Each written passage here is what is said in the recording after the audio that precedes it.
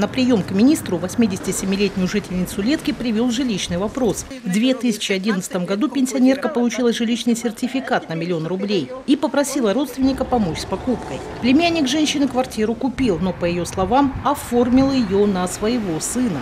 Сертификат я не видела, что он, что куда деньги.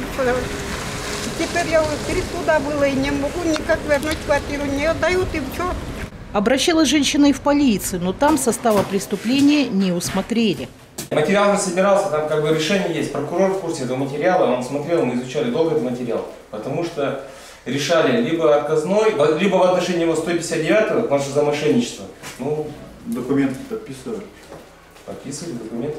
Виктор Половников пообещал взять ситуацию на контроль, тем более, что стоимость однокомнатной квартиры в этом доме, по словам местных жителей, не превышает 400 000 рублей. Я-то его спросила, за какую цену купил? Он сказал, я говорю, полностью дал сертификат. Вот так он мне тогда ответил.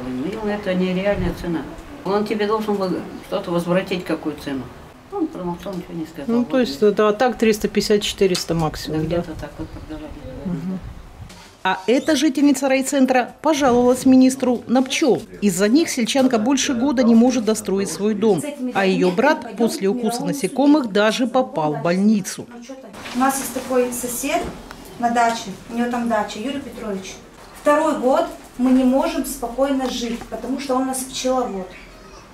Пчел он разводит не на своем участке, а наш участок, через дорогу его, он сзади нашего. В шаговой доступности 20-30 шагов. Не раз укушенные пчелами дачники и коллективную жалобу писали, и в полицию обращались, но управу на пчеловода найти не смогли. В плане привлечения к уголовной ответственности мы ее не сможем привлечь, а в плане судебного решения надо думать. Только дома надо общественное мнение довести до человека. Да. С ним вот так по-хорошему, ему говоришь, он понимает, он так тебе говорит, вы детей главное не выводите, так смотрите, детей главное не выводите. Знаете, его покусают, ведь это очень опасно. Жаловались сельчане главному полицейскому и на торговцев нелегальной водкой. А глава села Черныш пришел к министру не с вопросом, а с просьбой помочь организовать на День Победы оружейный салют. Не было практически вопросов, чисто милицейских, полицейских, как сейчас уже в соответствии с новым названием полиции. Вопросы касаются бытовых, в основном взаимоотношений между людьми. Родственные отношения, дележ имущества, значит, земельные участки.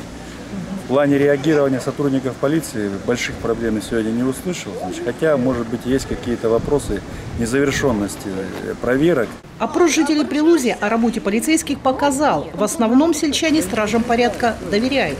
У меня были проблемы с мелкой. Я обращалась, они приезжали. Да, всегда на первый зов, всегда на вызов всегда. Вот я как раз сначала, то они приезжали.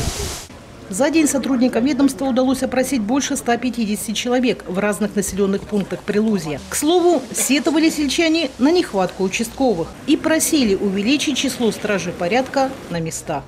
Наталья Литкевич, телеканал Юрган, Прилузский район.